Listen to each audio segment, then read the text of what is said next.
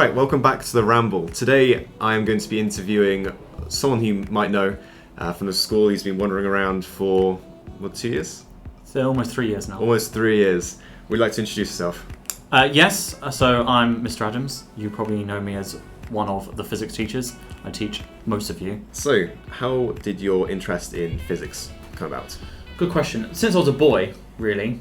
So when I was maybe 5 or 6, my uncle had a telescope, and so we would always go out into the back garden with him, and he'd have his telescope and he'd teach me about the stars and stuff like that, because he was into astronomy the same way that I am now. So he really sort of kick-started my interest in space, and that sort of then precipitated into an interest in physics in general. So I've always been fascinated with it. And then maybe I was about 11 or 12 years old, I got my hands on a copy of Hawking's book, A Brief History of Time, and I read that cover to cover. Classic. So yeah, I've definitely, since then, I've just been even more interested in things. But that's the heart of a scientist. You're just endlessly curious about things. You get to a certain point and you start realizing that all of the sciences are sort of interrelated. Yeah. And once you get to an advanced enough level, things start having to be mixed together. Like when I was at university, I had to do a course on biophysics. So you start talking about quantum mechanics in the context of processes that happen inside biological systems, which is a strange sort of mix of both of them. But once you reach the cutting edge of science, you really have to start blending the boundaries between the different sciences. So you end up getting an appreciation for all of them, I suppose. So, when you were in secondary school, your idea of doing a physics degree, was that like set? Were you like, this is what I want to do? Sort of. I mean, honestly, my favourite subject in school wasn't physics. Oh. It was history. Okay. And history is still a private passion of mine. I've got a bookcase at home. About 90% of the books are history related. So I sort of wanted to be a historian in a way.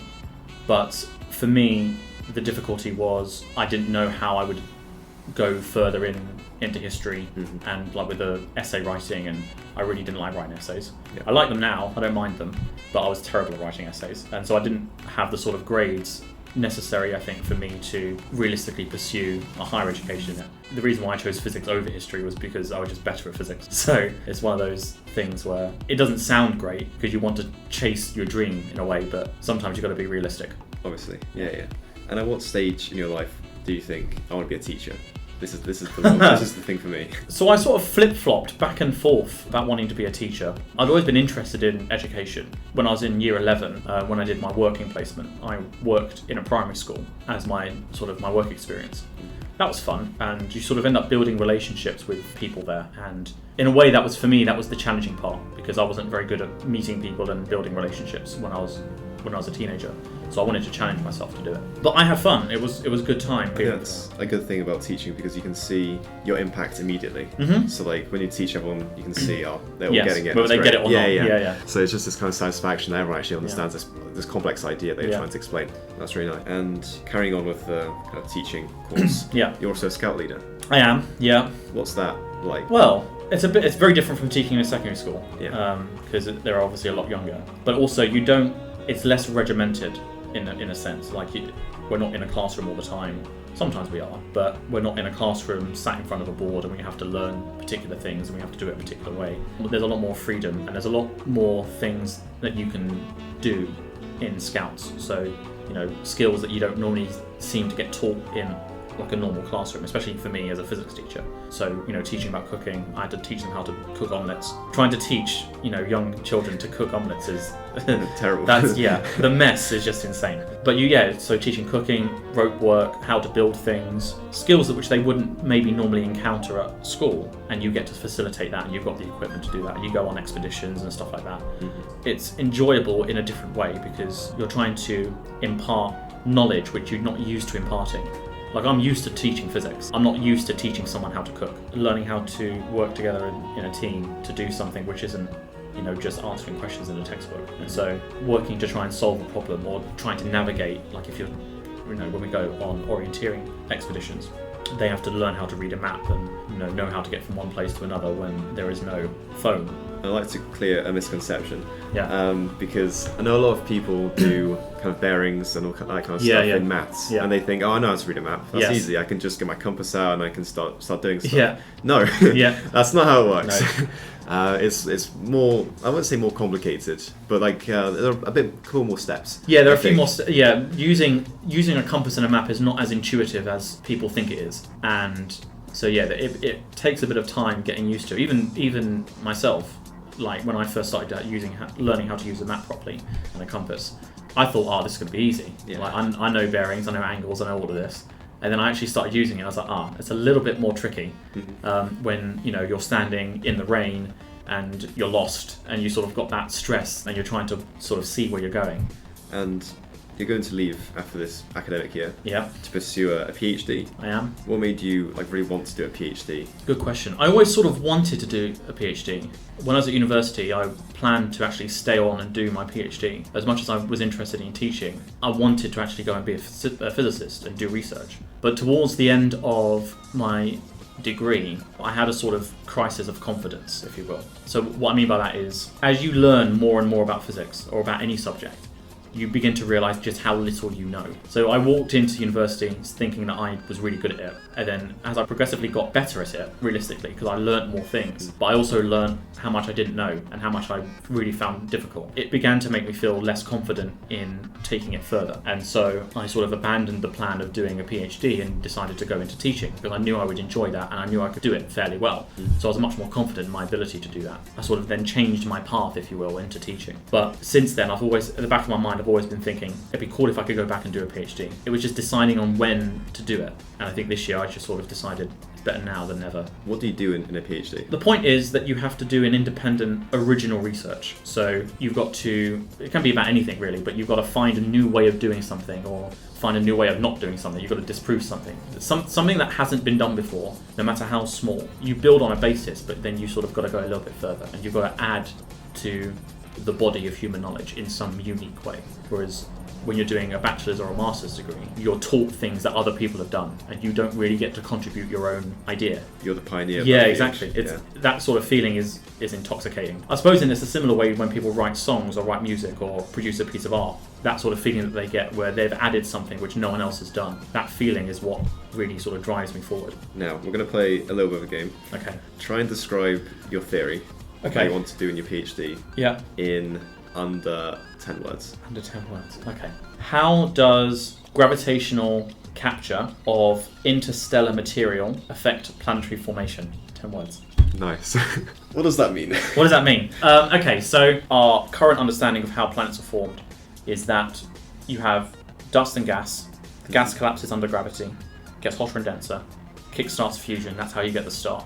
All the leftover stuff then sort of orbits around that star in what we call the protoplanetary disk, and the planets form in that disk. There are various mechanisms through which that can form, but they have to form inside that disk. Now, what I want to investigate is, can you kickstart the planetary formation, or can you accelerate planetary formation by having the star capture something from interstellar space, that is in the region of space which is beyond the influence of the sun. So our solar system is not just the planets, it's all of the things, the Oort cloud, the Kuiper belt, it's all the things that are in orbit around the sun, where the sun has gravitational influence over it. Interstellar space is beyond that, where it's not bound to the sun in any particular way. And we know that objects can pass from one solar system to another. And we saw that, I think it was in 2018, we observed the first interstellar object that we knew wasn't from our own solar system. Everything else we'd observed, like comets, asteroids, all that kind of stuff, we knew were from our solar system. And so I want to look at how, if it's possible, and if it is possible, how would it affect the formation of planets if objects like that could be captured around the star during the formation of planets in the protoplanetary disk. Yeah. Would it accelerate it, or would it destabilize the disk in such a way that it then forbids planetary formation? Mm-hmm. What would the solar system look like if that was the case? And if there is a difference in how that solar system is formed, are there any markers that identify that? So we can look into space and look at other solar systems, and if we can identify those markers, we can then infer how they were formed, and if they were formed in this process. That's really cool. Oh god. Yeah, well, it goes on from, so when I was at university, my lecturer, he's an expert in exomoons, and he's a particular expert in Saturn's moons and how Saturn's moons formed. One of Saturn's moons is in retrograde, which means that it's spinning opposite to all the direction of all the other moons. Okay. Right. So if you imagine Saturn's orbiting around its axis, so spinning around its axis clockwise, this moon is orbiting counterclockwise. It's going in the wrong direction, which doesn't really make sense because our moon orbits in the same direction as the Earth spins, and we know we can see that, which implies that it was formed from the Earth or they were formed from the same material, because they should all be moving in the same direction. The same should be the same for any planet, which implies that it can't have formed around Saturn originally. It can't have been there. Like, it must have come near Saturn. Saturn got hold of it gravitationally, and it's been captured in orbit. We know that process can happen for moons, and so I wanted to look at whether that process can happen for planets on a bigger scale around stars. This is going to be like a mini version of the Viva, I assume. Yes. You described the theory to me. Yes. I, however, have no clue about physics. But the Viva, for anyone that doesn't know, it's how long? Like 2-3 hours? They can be up to 5 hours. They sometimes have, especially for really big projects, they can go over several days. Yeah, so for this very long time, you have to kind of stand your case, argue with another professional in the field about why your theory works and how it kind of contributes to the scientific community. How are you feeling towards that? Because I know it's still a long way away. Like you haven't started anything, I haven't started still. Yeah. It's nerve-wracking because you're literally sat across someone who is an expert in your field, and you're sort of like, you're trying to encroach on his territory or her territory, and you're being examined and grilled about your own work. And we call it a defense for a reason, because you're essentially being attacked. Your thesis is pulled apart chapter by chapter by this expert, and every little detail has to be spot on. And if there's any discrepancy in it, they'll know, and they'll bring you up on it. But the reason why Vivas are done primarily to ensure that the work that you submit is your own, and that you haven't copied someone else, or you haven't got it from somewhere else. And that's why the experts are there, because they know all of the literature. So if you've copied anything from any of the literature, they'll know about it. But luckily enough, so I went to Lincoln University, and they're one of the only universities in the country that do Vivas at undergrad level. So I had to sit a Viva for my bachelor's dissertation. Much smaller, it was only an hour long, but still, you sit in a room with your lecturers and they grill you on what you've done. When you've got industry experts grilling you on that, you suddenly feel like, oh, was I not meant to do that? Yeah, exactly. But you've got to defend it and go, no, I knew this, I looked at all the different methods, this was the one that was most appropriate, and these are the reasons why. And so long as you can explain that concisely, then it shows them that you've really understood your work. At some point, you could be the griller. Yes, exactly. I could be the one grilling it. Yeah. So that's always like a thing to look forward to afterwards. Yeah, on the other side of the table. Yeah. And after this PhD, what are you planning on doing? Well, I would hope that after I've done my thesis and I've got my PhD, I'll do some sort of postdoc work. So after your PhD, you normally have to go into a postdoctoral research. It's almost a bit like an internship. So you've got your degree and they sort of put you on probation. They say, right, let's see how good you really are. And so you work for a university doing research in a particular way. Normally you're working for someone else as like a research assistant, and you're doing that work normally around your thesis. And that's why it's called postdoc. Because it's after you've done your doctoral research. And that lasts for 1 or maybe 2 years. And then after that, you might get a position as a research associate, which is where you're an employed member of the university doing your own research. And you're not really beholden to anyone because it's your research. You decide what you want to do. That's really where I plan to go. And the great thing about that is that I can still teach while doing research, whether it be at university or private tutoring or whatever. I can still have that connection with education in some way, and educating and bringing people up to appreciate the subject that I love, and hopefully produce something their own, which is beneficial to our collective body of knowledge. So yeah, that's my plan.